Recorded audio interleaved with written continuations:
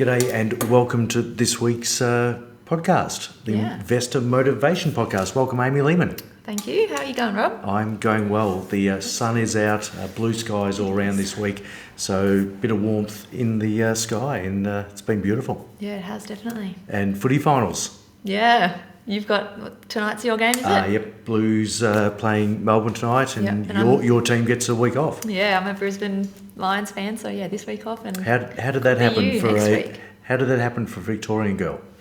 Oh, I've loved animals, and I used to love lions, and then all my brothers go for the lions, so yeah. There we go. Okay. Bandwagon and just an animal person, and they're my favourite animal. Excellent. That's a good enough excuse. How does any little girl choose a footy team?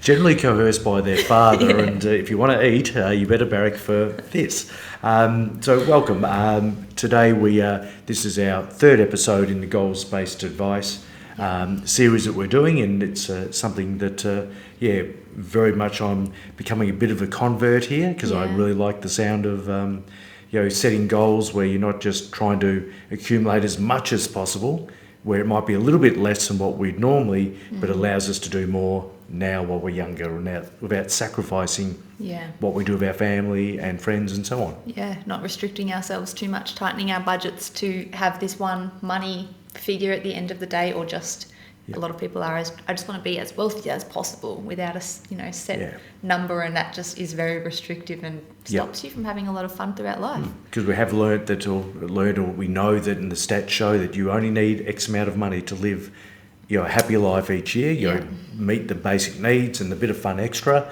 and anything beyond that is what is that? Yes, we like to invest it, and but beyond that amount, it doesn't add much to your life. No, it doesn't. Yeah. So before we kick off, if you wouldn't mind doing the acknowledgement of the land, thanks. Of course. On behalf of the Investor Motivation Podcast, we'd like to pay our respects to the traditional owners of the land on which we do record this podcast, and pay our respects to elders past, present and emerging. Cool. So in this episode 3 of the goals-based advice, we're really talking about building a comprehensive plan. Yeah. Now, can you explain what a comprehensive plan's about, Amy? If you've been listening along to the other podcasts, we've of course covered off what goals-based advice is, and the importance of setting goals and the psychological effect that can have, and building up the motivation to keep you going across the way. So this episode being, you've got those goals in place, you understand that that's great, but what next? Right. What do you do with those goals? How do you actually achieve them? So as financial advisors, it's our job now, and our legal requirement, to provide advice in writing that helps you achieve these goals. Yeah. As advisors, we will have a written statement of advice that's given to you that says do this, and this. We'll track it over time, and that is how you will actually achieve all of those goals that you've written down. Yep. So we will go through what our process is. Now, a comprehensive financial plan, there's also scaled advice, and when people come to us, generally there's a need, there's a goal, there's something I want to achieve. Yeah. So a comprehensive plan can cover everything in your life, estate planning, the whole shooting match. Yeah. But sometimes it can be scaled and more specific to one or two needs. Yeah. And we've got a case study today which I would be reasonably comprehensive. Yeah.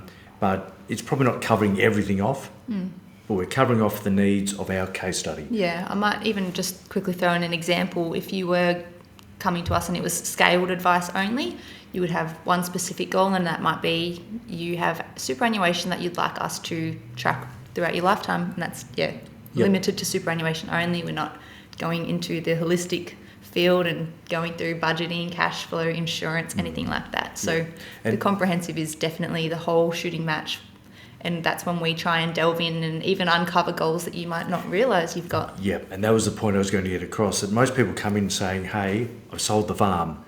I need someone to look after money. But it's not just that, it's the estate planning, it's for myself particularly, as I've grown as a financial advisor, it's making sure that people understand money, the education part of it. So whilst they come in with selling the farm, I'm retiring, or selling the business, there's so much more to think about. Yeah. What tax structure, superannuation, non-superannuation, family trust, potentially companies, get the estate planning right. How much do you need to be happy and do all the fun stuff? teach them when they're best to spend most of their money, which is always in that first third and possibly second third of your retirement. Don't wait till the end. No. So there's lots of things that a financial advisor will uncover. I've seen some very highly intelligent people, very competent people come in and in a way feel as though they're on top of it all, and mostly are.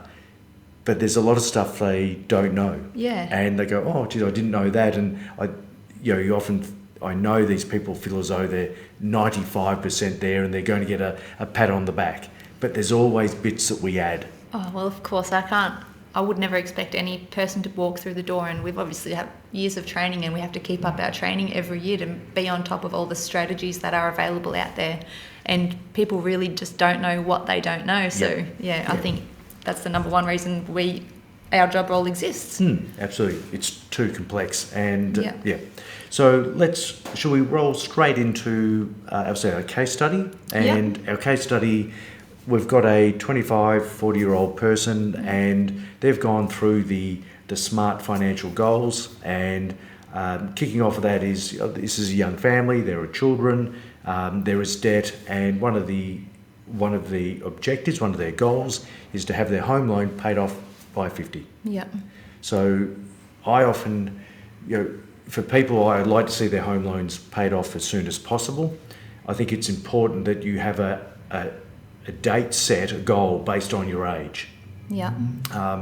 Now, obviously, people have more debt than what they've ever had in the past. So for this case study, we've used 50, but the rationale behind that it leaves, if people want to retire at 60, 10 years to further accumulate for retirement, or 15 years or 17 years if it's an age pension consideration. Yeah.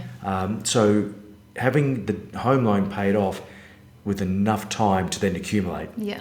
And I'll probably jump in.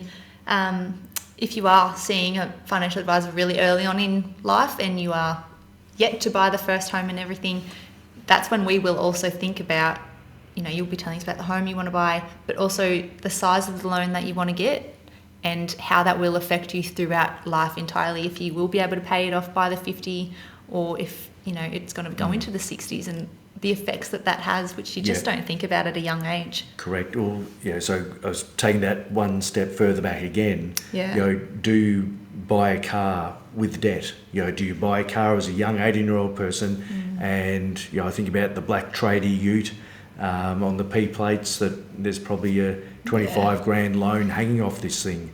Those early decisions have such a huge impact. And doing the calculations can help show the impact over decades. Yes. That you don't think about when you're 25. Yeah. So, but for this, obviously we're looking at having it all paid off by 50. Yep. So that's assuming that people don't do big renovations or upgrade the house, and that's pretty common these days, that people are striving towards the forever home to build, or whatever it looks like. And we're not making judgment on that, but in goals-based advice and financial planning in general, you've got to set a goal, you've got to have a plan. Yeah. And definitely not being judgmental on anything. We just know the impacts and the long-term impacts that it has, and want the best for everybody. So absolutely. Yeah. In retirement, you see people in very expensive homes.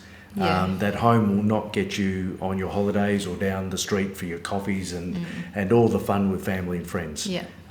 Cash will do that. Income will do that. Mind you, our homes are a home. We love those. So what we would do there is, obviously, everything generally, the Peter Thornhill rule number 1 is spend less than you earn. Yep. So without doing that, you don't get to do these projections. You don't get to say, right, at the moment, the way we're tracking, we will have this debt paid off by 60. And the calculators that we use to do this can be the industry calculators, or can be very simply go to ASIC's Money Smart or Smart Money. Moneysmart.gov.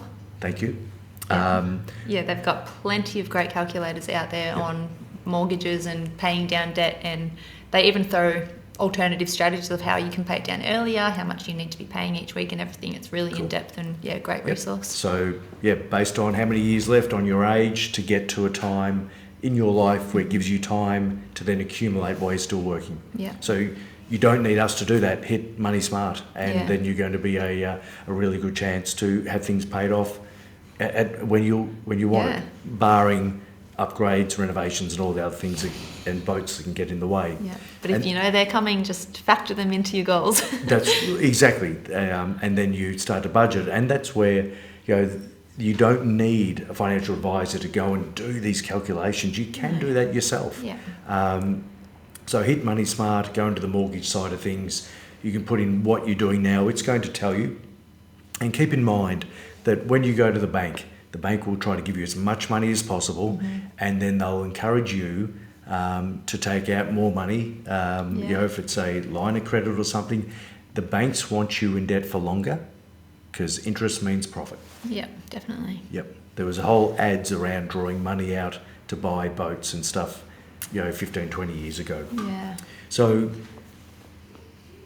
obviously you've got to spend less than you earn to be able to achieve that, because more than likely the way there are 30-year loans. They didn't go to 35, Amy, did they?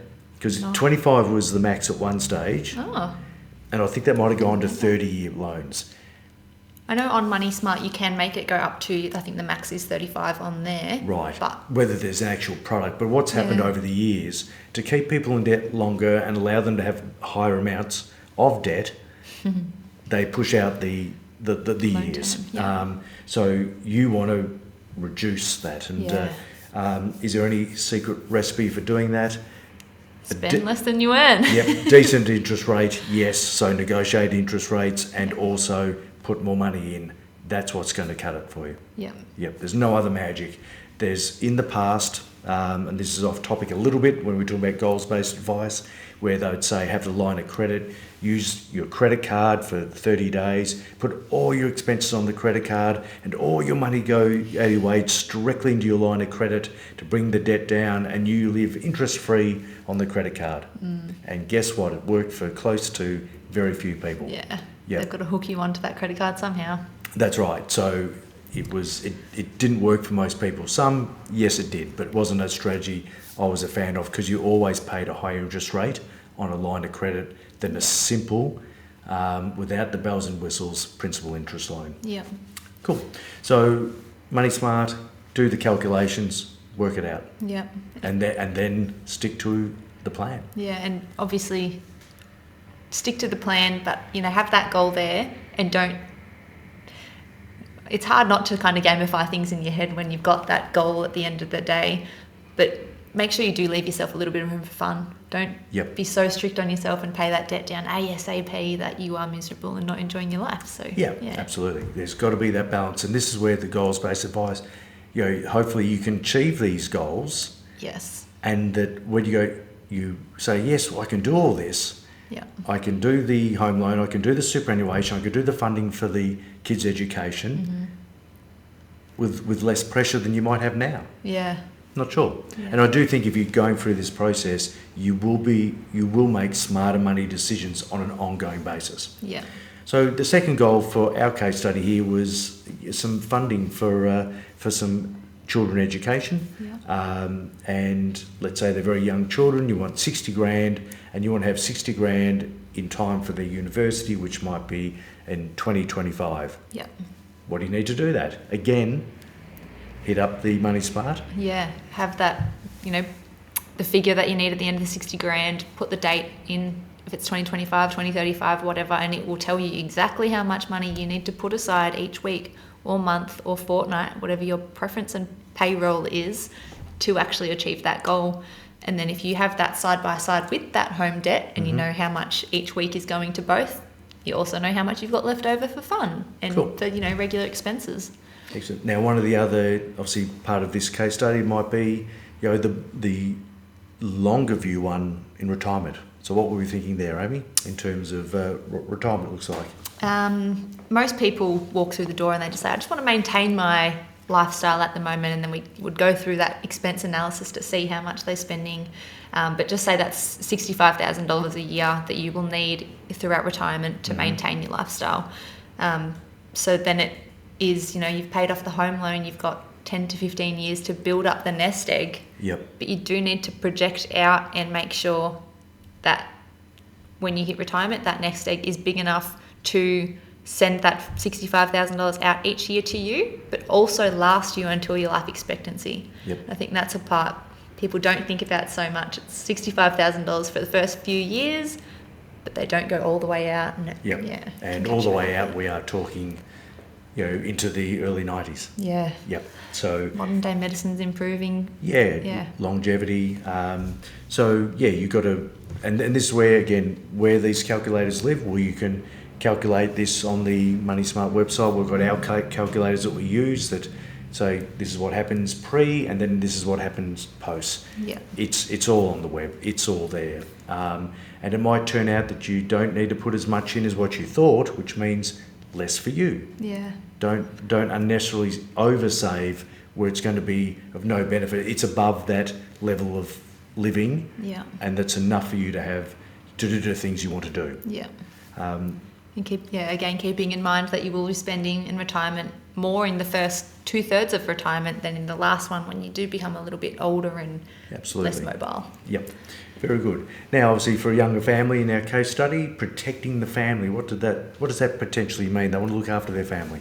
Well, that's the old question of, what happens to your family if you were to pass away, or if you would become totally and permanently disabled, or if you weren't able to work again for the rest of your life. It's protecting your family, thinking about those worst case scenarios, and that's when your personal insurances come into play. Yeah. And obviously there's different types of calculators to working out how much cover do you need, and for me, as a general rule, you want to pay down debt. Husband or wife, everyone works these days, everyone's just as important. Yeah. You want debt paid off, leaving your spouse flexibility. This is in the you pass away scenario. Yeah. The flexibility to get rid of all the debt, and then a lump sum, based on a percentage return of 6 or 7%, that $1 million can provide $60,000 per year. Yeah, that's replacement of income. Replacement of income and choice. Yeah. Making sure whoever's left with family can choose whether they have to go back to full-time work or not. Yeah. Or at a tragic time, and this is life or total and permanently disablement. Yeah. That you can pay down debt, and then there is enough money to provide, a passive income that gives choice. Yeah. So that's, in my view, that's helping family, and of course there's trauma cover and income protection. Yeah. I think income protection can be very expensive. It's tax deductible, but it is covering your biggest asset. Yeah, your ability to generate money. Correct. Yeah, and I think that's not given the value that it should, because someone that can earn $100,000 per year indexed for the next 25 years, well, there's your biggest asset by far. Yeah. That needs protecting. A lot of these life and TPD that can sit within superannuation. So when you are protecting your cash flow. Yeah. Which is a big thing for when you're younger as well. Yep, protecting cash flow to do all the things you want to do, then some of these insurances can sit within superannuation. Yeah. And the second part, to protect my family, having sure the estate planning is up to date, and this is where a financial advisor can help guide you. Yes. And sit with you in your solicitor's office to get the advice you need. Yeah, definitely. And we obviously can't draw up the will and the power of attorney documents, but we'll just, give you those initial thoughts and hopefully uncover all of those goals that you weren't thinking about before. Yep, fair. So essentially there's 4 documents that I think that you need, and that is you need a will. Yeah. And generally these things are not overly expensive. Solicitors make their money at the back end. It's when people die and they wind up in estate. Yes. But have a will, husband and wife scenario, money goes to each other, and then the kids if you're both not about. Powers of attorney, medical and financial, and also a advanced care directive. I think they're an important document. Check out myvalues.gov, possibly. My Values, just Google my Values. It's from Barwon Health. Is it? Created it. Yep. Okay, yep. So it's free, and go and have a look at that, and it just provides some guidance on how you want to be treated when you can't speak for yourself. So an important one. And it is extremely important, and I've done it, like my partner's done it, I forced him to do it, and it is one of those things that's a little bit uncomfortable to the scenarios it spits out might be if you were unable to put your socks on every day for the rest of your life. How comfortable would you be to have somebody else do it, or would you rather, not? And it will go through all the different scenarios you've never thought of. But I'm so glad that I've done it, and that, my partner's done it, because if something were to happen to me, that's there, and there's no, resentment for. Yeah. It's the guidance that you would want if someone can't convey a message at a tough time. Yeah. It's definitely a conversation I don't want to have with my children. Here is the document that gets them by. So I think there's 4: wills, power of attorney, medical, financial, and advanced care directive. Yes. Because I think that, the advanced care directive, most people just say, pull the plug. It's a little bit more than that. It's about pain. It's about independence. It's about, do I keep going in these scenarios? Yeah. Ability to communicate everything. Yeah. So that's, I suppose, that's our scenario, but all the tools to get all this done is online. Yes. You can do a lot of it yourself, but obviously we are biased, but we do know that a good financial advisor with real passion for what they do can, then obviously look at superannuation, how much needs to go into there, get the asset allocation right, go back and have a look at the Peter Thornhill podcast that we did or listen as well. There's great information. I think that's where the education part of what we do, the way we run our business, is about making sure people's knowledge is increased to make educated decisions. Yeah, definitely. Would say there any other final tips that you've got for someone who's thinking about setting up goals and things they might need to consider? Well, I would nearly jump onto Chat GPT. Use a bit of artificial intelligence, saying, I'm this age. I want to be financially secure. What are the key things that I should be thinking about? Yeah. Yep. So just replace myself, but it's going to get that start. Yeah. And so it might be, I am this age. I have this amount of debt. Tell me.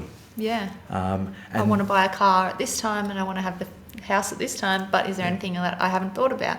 It just might be that starting point. So I'm not trying to replace myself, but these are just extra tools to help make the start. And I think that's where, with so much, as I've said in the past, there's so much noise, in terms of investment and crypto and precious metals, and it just never ends. You want to get rid of the noise and break it down to some easy but meaningful calculations. I want my debt paid off by this. I want to know that I put enough into super that gives me this at age X. Make sure there's life insurance and there's some estate planning documents. What you do with the rest of the money that's left over is hopefully used for having a bucket load of fun. That's what life's about. Definitely. I think my number one tip would be, when you are thinking about all the goals and the income levels that you need, or you want to have your debt paid off by a date, and you're working out how much cash flow needs to go to that, I would also add in an actual goal for having fun. If you want to have a yearly travel budget of $2,000 or once every 5 years to have a big trip away and have $10,000 every 5 years for that fantastic fun. Yeah. I think people forget about that sometimes, but it is a goal for a lot of people to travel, and it's expensive, so you've got to plan for it. So that's part of the goals. Because I spend a lot of my time teaching older generations that have gone through years, decades where things are tougher, that I'm telling them that they can have the coffee, the fish and chips, eat at the pub. It's not going to affect their finances and their financial security. No, not at all. So budget for the fun. I reckon that's the best advice. Great. Thank you very much for listening, and we'll catch you next week. Enjoy, everybody. Cheers. Bye. Bye.